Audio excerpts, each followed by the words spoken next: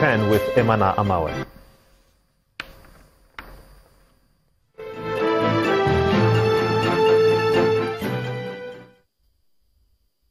You first.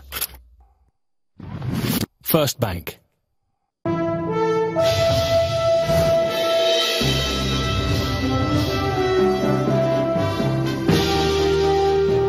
Welcome to Business News. Economist and Chief Executive Officer at financial derivatives company, Mr. Bismarck Riwani, says Nigerians should have confidence in President Buhari's New Year's speech that the current pains are temporary and will ease when the economic seeds in gestation begin to bloom to fruition. Speaking to Channels Television on Monday, Mr. Riwani says all forecasts of Nigeria's economic rebound in 2017 are in order and points to the administration's pursuit of recovery and growth. So you must accept he's done three things. One, they've deregulated the price of petroleum. He's introduced a foreign exchange policy which has not been implemented fully the way it should be, but it will be. And thirdly, he's engaging the Niger Delta militants so that they can increase oil production. Once you get that done, once you get the production back, right, that sector, the petroleum sector, had a minus 22% negative growth in the third quarter.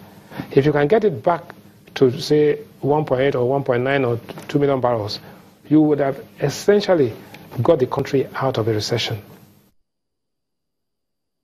Across the globe, it's the first trading day of the year, and U.S. markets are getting set for economic forecast as well as the impact of the inauguration of President-elect Donald Trump on the market. With more is Jill Malandrino, VOA Channels TV business correspondent in New York, reporting from the NASDAQ market site.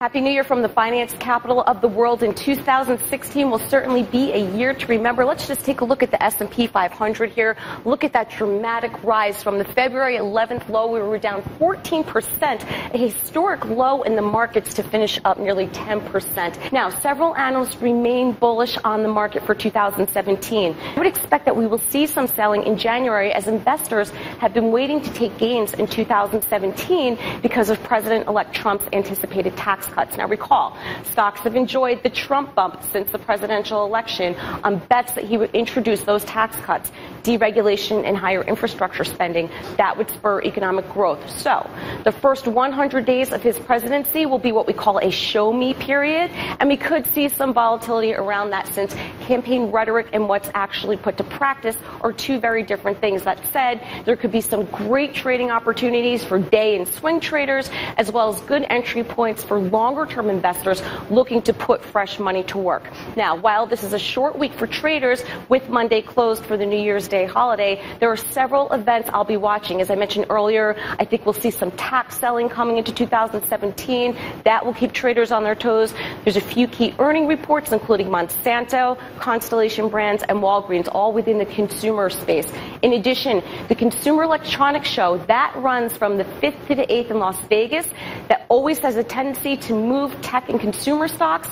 Sectors I'm going to be looking at: TV, cars, phones, and virtual reality. They're expected to be hot topics at 2017 shows. From the NASDAQ market site in Times Square, New York City, I'm Jill Malandrino, and this is VOA Channels Business TV. And that's it on Business News tonight. I'm Emana Amawe. I wish you a great 2017. It's back to Gimba.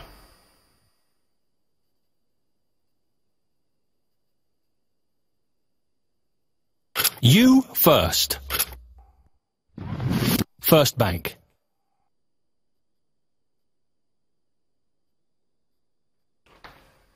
Making steady progress here on the news at 10. Time now for sports news with Kayode Alayonde.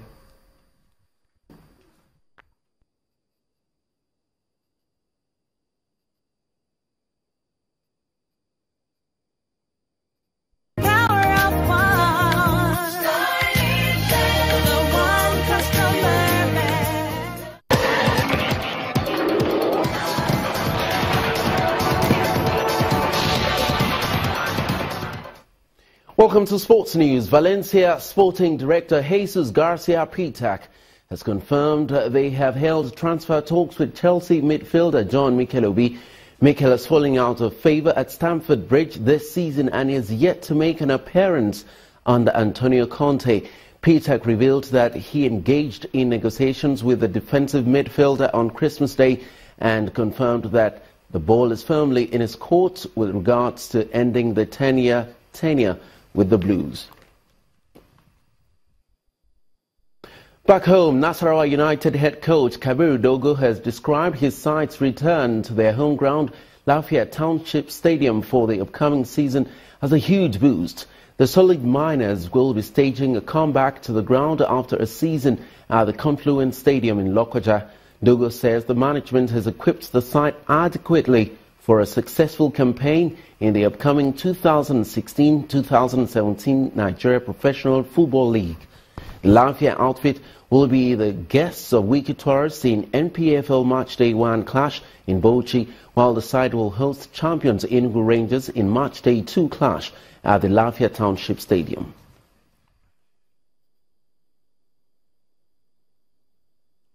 In the English Premier League, Middlesbrough and Leicester City played a goalless draw in the early kick-off, while Everton hammered Southampton 3-0 with goals from Enner Valencia, Leighton Baines and Romelu Lukaku.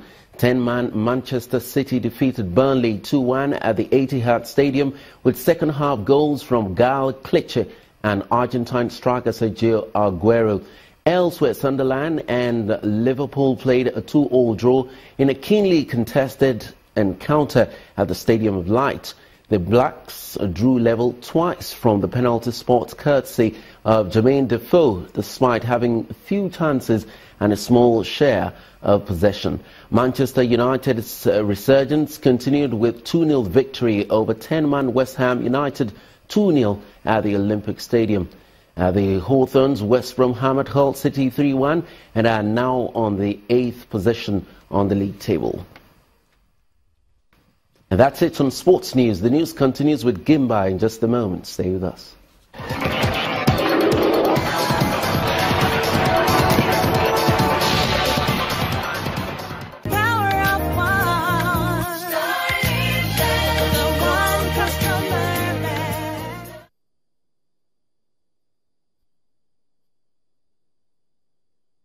The Israeli police have arrived at the home of Prime Minister Netanyahu as part of an inquiry into corruption allegations.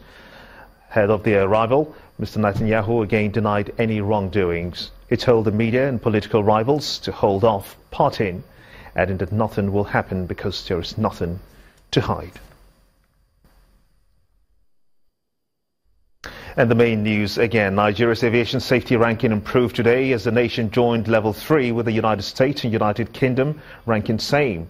According to the Nigerian Civil Aviation Authority, this categorization is dependent on the International Civil Aviation Organization, which tracks the SSP implementation process of member states. Also today, all Nigerian former Christian heads of state and deputies except the immediate past president, Jonathan, and the current Vice President, Professor Yemi Osinbajo, sang a hymn to usher in the new year. The leaders also prayed for a greater Nigeria. And that's how it's been on the news at 10 tonight. I want to thank you so much indeed for being a part of it. On behalf of everyone here, have a splendid night first. Good night.